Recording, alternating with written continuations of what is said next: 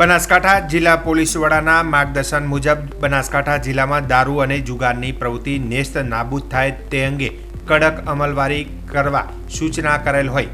જે અંતર્ગત એવી દેસાઈ પોલીસ ઇન્સ્પેક્ટર એલસીબી બનાસકાંઠાના માર્ગદર્શન હેઠળ એલસીબી પોલીસ સ્ટાફના માણસો ડીસા રૂરલ પોલીસ સ્ટેશન વિસ્તારમાં પેટ્રોલિંગમાં હતા. તે દરમિયાન બાતમી હકીકતના આધારે ધનાવાડા ગામની સીમમાં રોડ ઉપર નાકાબંધી દરમિયાન ગ્રે કલરની હોન્ડા સિટી ગાડી નંબર GJ18BC 9644 ચાલક દશરથભાઈ બાબુભાઈ રામસણા તાલુકો ડીસા તથા બાજુમાં બેઠેલ મનુભા આયદાનસિંહ વાઘેલા રહે ભડત તાલુકો ડીસાવાળાઓએ પોતાના કબજા ભોગવટાની હોન્ડા સિટી ગાડી નંબર GJ18BC 9644 ગેરકાયદેસર વગર પાસ પરમિટનો ભારતીય બનાવટના વિદેશી દારૂની બોટલ BL નંગ